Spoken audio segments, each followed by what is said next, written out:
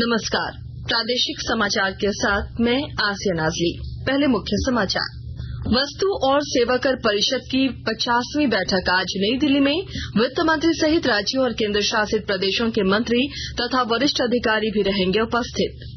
झारखंड मंत्रिपरिषद की बैठक में आज निर्यात नीति और फार्मास्यूटिकल नीति सहित कई प्रस्तावों को मिल सकती है मंजूरी। राज्य में कमजोर पड़ा मॉनसून, मौसम विभाग ने आज से उत्तर पूर्वी इलाके में सक्रिय होने की जताई संभावना।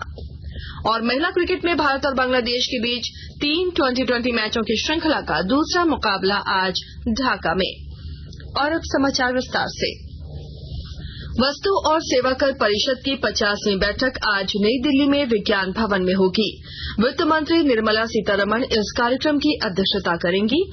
वित्त राज्य मंत्री पंकज चौधरी, राज्यों और केंद्र शासित प्रदेशों के वित्त मंत्री तथा वरिष्ठ अधिकारी भी बैठक में उपस्थित रहेंगे।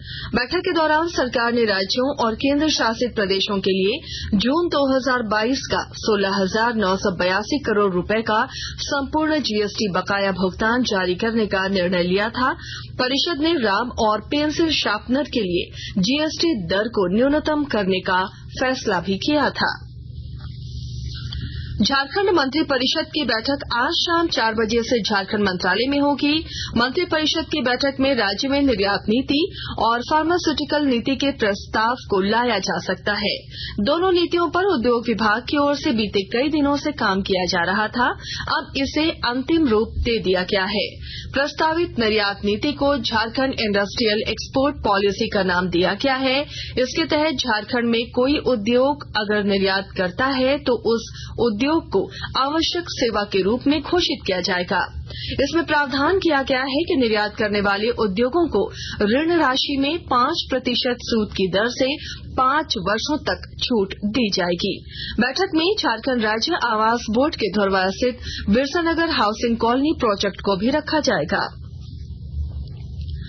आज विश्व जनसंख्या दिवस है। इस अवसर पर स्वास्थ्य, चिकित्सा, शिक्षा एवं परिवार कल्याण विभाग की ओर से आयोजित कार्यक्रम में स्वास्थ्य मंत्री बन्ना गुप्ता सारथी ऑन व्हील जागरूकता रथ को रवाना करेंगे। महिला और बाल विकास मंत्रालय ने प्रधानमंत्री राष्ट्रीय बाल पुरस्कार के लिए आवेदन करने की अंतिम तिथि 31 अगस्त तक बढ़ा दी है। राष्ट्रीय स्तर का यह पुरस्कार वीरता, खेल, समाज सेवा, विज्ञान और प्रौद्योगिकी, पर्यावरण, कला और संस्कृति तथा नवाचार के क्षेत्र में दिया जाता है। मंत्रालय ने बताया है कि कोई भी भारतीय जिसकी आयु आवेदन प्राप्त होने की अंतिम तिथि तक 18 वर्ष से अधिक नहीं है, पुरस्कार के लिए आवेदन कर सकता है। आवेदन आधिकारिक पोर्टल www.awards.gov.in पर भेजे जा सकते हैं। हजारीबाग के परिसदन में सोमवार को भाजपा के पूर्व प्रदेश अध्यक्ष दीपक प्रकाश ने प्रेस वार्ता के दौरान हेमंत सरकार पर जमकर हमला बोला। उन्होंने कहा कि झारखंड सरकार राज्यवासियों के हित में कोई भी काम अब तक बेहतर ढंग से नहीं कर पाई है। रामगढ़ जिले की उपायुक्त माधवी मिश्रा ने कल जिले के सुदूरवर्ती क्षेत्रों से अपनी समस्याओं को लेकर आए लोगों से मुलाकात की और उनकी समस्याओं को सुना। लोगों ने भूमि, मतदान पत्र, विकास कार्यों, विभिन्न योजनाओं के लाभ सहित अपनी विभिन्न समस्याओं से उपायुक्त को अवगत कराया। आकाशवाणी के ताजा तरीन समाचारों के लिए आप हमारी वेबसाइट newsonair.com पर लॉग इन कर सकते हैं। ताजा समाचार Twitter handle @AIR news alerts और Facebook page All India Radio news पर भी उपलब्ध है।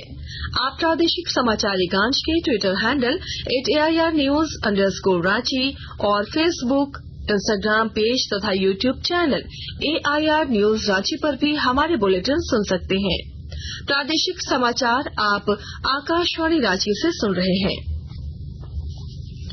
राज्य में मानसून कुछ दिनों से एक बार फिर कमजोर पड़ गया है। इसकी वजह से राज्य के कई हिस्सों में बारिश नहीं हो रही है। हालांकि मौसम केंद्र के अनुसार आज से मानसून के सक्रिय होने की संभावना है। मौसम विभाग के अनुसार आज और कल राज्य के उत्तर पूर्व इलाके, संताल परगना में कहीं कहीं बारिश हो सकती है। वहीं दूसरे इलाके में भी हल्के से मध्यम दर्जे की बारिश होने की संभावना है। राज्य में 1 जून से 10 जुलाई तक 167 मिलीमीटर बारिश दर्ज की गई, जबकि सामान्य वर्षापात 285 मिलीमीटर है। झारखंड में अब तक 41% बारिश कम हुई है। सावन की प्रथम सोमवारी को जामताड़ा जिले के शिव मंदिरों में जलार्पण और देवस्थलों में पूजा आराधना करने वाले श्रद्धालुओं की भारी भीड़ देखी गई। विस्तृत जानकारी दे रहे हैं हमारे संवाददाता। सावन के प्रथम सोमवारी को जामताड़ा जिले के शिव मंदिरों में जलार्पण एवं देव स्थलों में पूजा आराधना करने वाले श्रद्धालुओं की भारी भीड़ देखी गई। जिले के नारायणपुर प्रखंड के बराकर नदी तट पर स्थित दुखिया बाबा मंदिर, नाला प्रखंड के कुलडंगाल स्थित देवलेश्वर धाम, महेशमुंडा शिव मंदिर, चंचला मंदिर सहित अन्य देव स्थलों में श्रद्धालुओं ने पूजा आराधना कर सुख समृद्धि एवं मंगलमय जीवन की कामना की। समाज सेवी केदार मंडल एवं संतोष कुमार ने बताया कि करमदाहा स्थित दुखिया बाबा मंदिर में जलार्पण के लिए जामताड़ा ही नहीं बल्कि निकटवर्ती गिरिडीह, धनबाद सहित अन्य जिलों से बड़ी संख्या में शिव भक्त करमदाहा पहुंचकर पूजा आराधना करते हैं। सुभाष प्रसाद सिंह, आकाशवाणी समाचार, जामताड़ा। रामगढ़ जिले में सुदूर ग्रामीण क्षेत्र के कुपोषित बच्चों के पोषण स्थिति में सुधार के लिए जिला प्रशासन की ओर से पतरातू प्रखंड के कोतो और पालू पंचायत क्षेत्र में 15 दिवसीय शिविर का आयोजन किया जाएगा।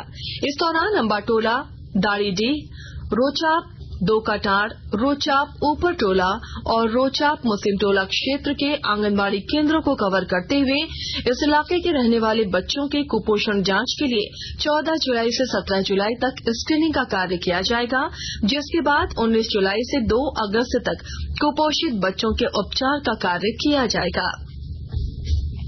गुमला जिले में राष्ट्रीय मत्स्य किसान दिवस के अवसर पर कल उपायुक्त सुशांत गौरव ने कहा कि जिले में मत्स्य उत्पादन को बढ़ावा देने के लिए कई प्रकार की योजनाओं पर कार्य किया जा रहा है।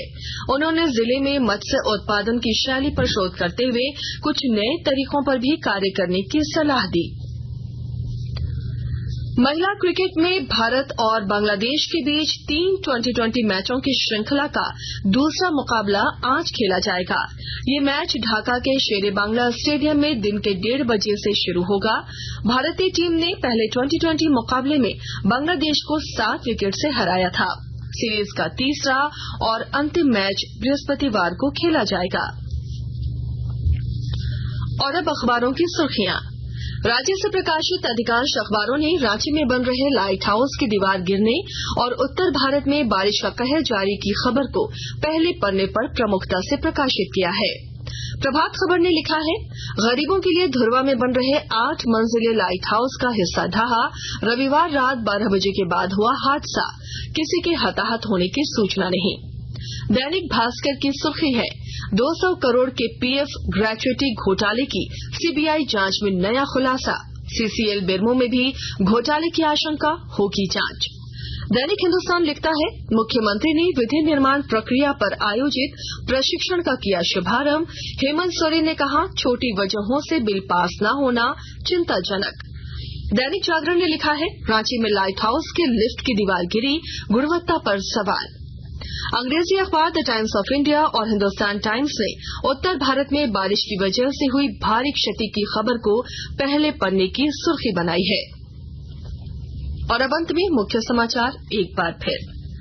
वस्तु और सेवा कर परिषद की 50वीं बैठक आज नई दिल्ली में वित्त मंत्री सहित राज्यों और केंद्र शासित प्रदेशों के मंत्री तथा वरिष्ठ अधिकारी भी रहेंगे उपस्थित। झारखंड मंत्री परिषद की बैठक में आज निर्यात नीति और फार्मास्यूटिकल नीति सहित कई प्रस्तावों को मिल सकती है मंजूरी। राज्य में कमजोर पड़ा मानसून, मौसम विभाग ने आज से उत्तर पूर्वी इलाके में सक्रिय होने की जताई संभावना। और महिला क्रिकेट में भारत और बांग्लादेश के बीच 3 2020 मैचों की श्रृंखला का दूसरा मुकाबला आज ढाका में। इसके साथ ही आकाशवाणी रांची से प्रादेशिक समाचार का ये बुलेटिन समाप्त हुआ।